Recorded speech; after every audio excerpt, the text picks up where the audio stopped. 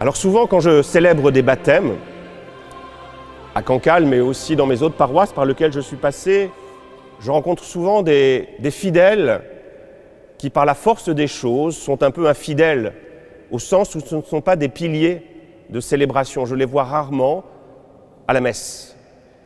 Et ils ont une culture biblique relativement réduite. Aussi, en tant que pasteur, je me dois d'essayer de trouver des images pour leur dire ce qui se passe au cours, par exemple, d'un baptême. Alors souvent, l'image que je prends, elle va plus parler aux jeunes qu'aux plus anciens. C'est l'image des Avengers. Vous connaissez tous les Avengers. Peter Parker. Qui ne connaît pas Peter Parker? Ou qui connaît Peter Parker? J'en suis sûr que les servants le connaissent. Mais regardez, c'est qui Peter Parker? Spider-Man. Voilà. Spider-Man, c'est un homme ordinaire jusqu'au jour où il a été piqué par une araignée qui va lui conférer des super pouvoirs. Eh bien, ce que je dis toujours aux parents de baptiser, c'est que par le baptême, on acquiert des super pouvoirs.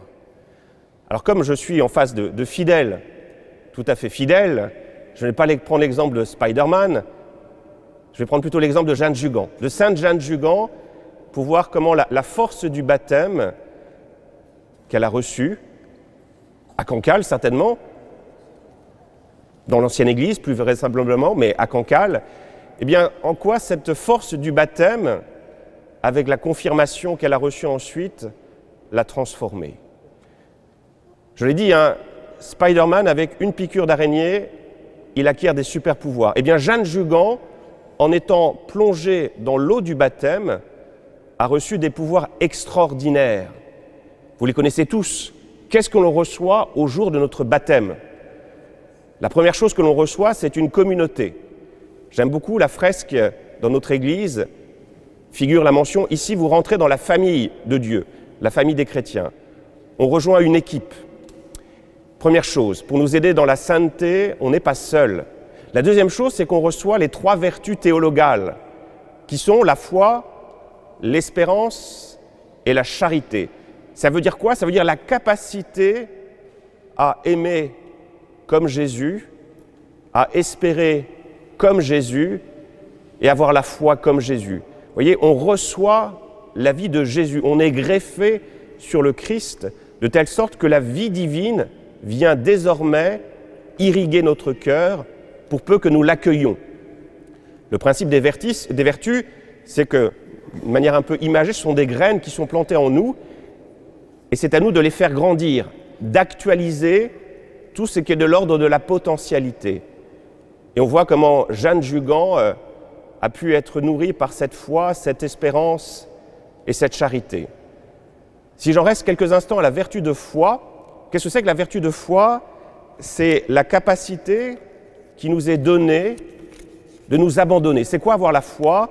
C'est, même si je traverse des moments difficiles, eh bien je continue à faire fondamentalement confiance à Dieu et en l'Église. Vous voyez, la foi, c'est cette capacité à s'abandonner. On ne sait pas trop vers quoi, mais on s'abandonne.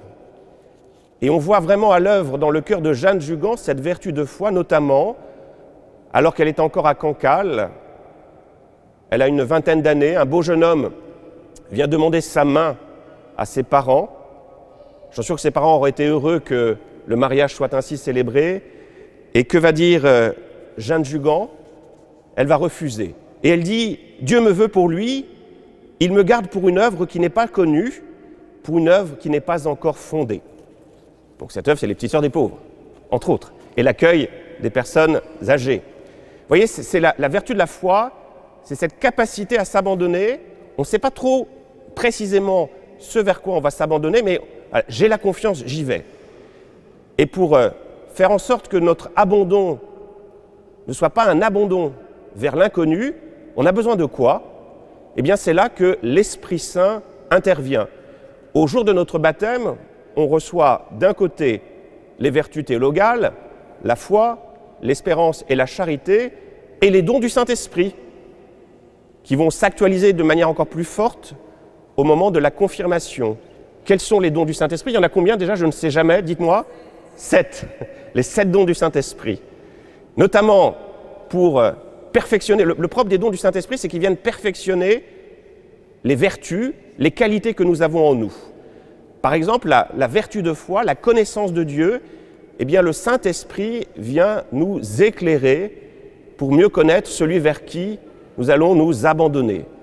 Et donc il y a 3 dons plus spécifiques pour la connaissance de Dieu, qui sont le don d'intelligence, le don de science et le don de sagesse. C'est une connaissance de Dieu qui s'acquiert d'abord fondamentalement par amour. Plus j'aime, plus je lis la parole de Dieu, plus je découvre que Jésus m'aime, plus ma connaissance m'est donnée. Alors il y a des petites différences, des petites nuances entre ces différents dons. Par exemple, le don de science, c'est cette connaissance intuitive que nous avons du bon Dieu. Vous voyez, voilà, je lis la parole de Dieu et elle me parle. Alors je ne suis pas forcément capable de dire précisément avec des notions théologiques ce qui me touche, mais je comprends. Vous voyez, je suis en sympathie avec la parole de Dieu. Ça, c'est le don de science, la science des saints. Et on retrouve souvent cela chez les petits-enfants qui ont l'art de trouver des formules chocs, parce que l'Esprit Saint leur permet de comprendre la parole de Dieu, la révélation. Après, il y a le don de l'intelligence et le don de sagesse qui nous permettent de mettre des mots un peu plus conceptuels sur cette expérience du bon Dieu. Et c'est ce qu'a vécu véritablement Jeanne Jugan. Moi, ce que je trouve étonnant chez Jeanne, c'est qu'elle n'a pas écrit des grands ouvrages de théologie, mais elle a l'art de la formule choc. On dirait des punchlines aujourd'hui, des petites formules qu'elle adresse aux novices pour les aiguiller. Un exemple, pour faire une petite sœur des pauvres, il faut beaucoup aimer le bon Dieu, les pauvres, et s'oublier soi-même. Vous voyez, c'est clair. Moi, j'ai besoin de multiplier les mots, de faire des sermons interminables. Jeanne Jugan, l'Esprit Saint lui souffle en quelques mots des formules choc. Pour faire une bonne petite sœur des pauvres, un bon croyant, un bon chrétien, il faut beaucoup aimer le bon Dieu, les pauvres, et s'oublier soi-même. C'est simple, hein. Et ce qui est encore plus merveilleux avec Jeanne Jugan, c'est qu'elle le dit et elle le vit. Et d'ailleurs, c'est aussi une autre caractéristique de l'Esprit Saint, c'est que quand on a le feu en nous, qu'est-ce qui se passe? Eh bien, ce feu se propage de proche en proche.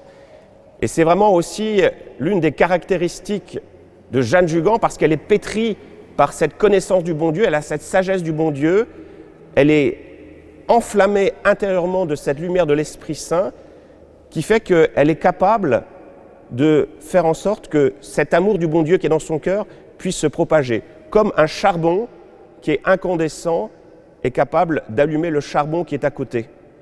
Et on voit ça très rapidement, hein. Quand, je crois que c'est à 47 ans, mais j'en suis pas sûr, elle va accueillir chez elle, rappelez-moi le nom, c'est Anne Chauvin, voilà, j'avais un petit trou de mémoire, je voulais pas regarder mes notes. Quand elle accueille Anne Chauvin, elle a 47 ans, et très rapidement, il y a d'autres jeunes femmes qui vont rejoindre Jeanne Jugan. Pourquoi? Mais parce qu'on sent qu'en elle, c'est vrai. On sent qu'il y a quelque chose de l'Évangile qui est en acte. Et de fait, on se rend compte, hein, quand le feu brûle quelque chose, quand il brûle un morceau de bois, que devient le morceau de bois? Il devient du feu. Alors la cendre, c'est ce qui reste, c'est ce qui a été purifié, mais ça devient un charbon ardent. Et donc les saints, quand on est vraiment brûlé par le feu de l'Esprit Saint, on devient un autre Jésus, un Altus Christus, un autre Christ. Et c'est ça. Donc Jeanne Jugan, elle est tellement transparente à l'action de Dieu que tout le monde voit Jésus en elle. Tout le monde voit la charité de Jésus. Voilà, et les prêtres, ça devrait être cela. Ce n'est pas le cas, je vous l'accorde. Quand on voit les prêtres, on devrait voir vraiment Jésus. Il y a du travail, je vous l'accorde. Mais voilà, c'est cela. Et c'est valable pour moi, mais c'est aussi valable pour chaque baptisé. Et ce qui est merveilleux, c'est que quand on vit avec cet esprit de charité, eh bien, ça touche les cœurs. Moi, j'ai toujours à l'esprit, alors Jeanne Jugan ne passait pas à la télévision, mais Sœur Emmanuelle. Pour les plus anciens, vous vous rappelez tous de Sœur Emmanuelle. Eh bien, quand elle vivait cette charité sur les plateaux de télévision, elle touchait tout le monde. Croyants et non-croyants, il y a quelque chose de la vérité de l'Évangile qui s'imposait. Et je le redis, c'est pour ça que c'est Jeanne Jugan qui prêche tous les dimanches ici. Parce qu'elle à la voir, à la contempler, on comprend ce qu'est l'Évangile. Donc vous voyez, donc, par notre baptême, on reçoit ces dons du Saint-Esprit. Et pour conclure, quand on a une vie, on reçoit aussi des vertus morales, mais ça sera pour une prochaine homélie. Voilà, en tout cas, on a tout un équipement pour être un saint et pour transformer le monde. Moi, ce que je dis toujours aux parents de baptisés, la vocation du baptisé, c'est d'être un bâtisseur de paradis sur terre. Pour trouver ensuite sa place un jour au paradis, il s'agit de bâtir sur terre le paradis. Et donc on a l'équipement de combat, les vertus, les dons du Saint-Esprit et le perfectionnement des vertus morales que nous avons dans notre cœur. Donc une fois qu'on a cette vie selon le bon Dieu, selon l'Esprit Saint, qu'est-ce que ça donne? Eh bien on vit des fruits de l'Esprit Saint. Alors je vais voir s'il y a la même réponse aussi alerte à la question que je vais maintenant poser. Combien y a-t-il de fruits de l'Esprit Saint? Ah non, c'est 12. C'est 12 fruits de l'Esprit Saint. Vous les connaissez tous, les 12 fruits de l'Esprit Saint.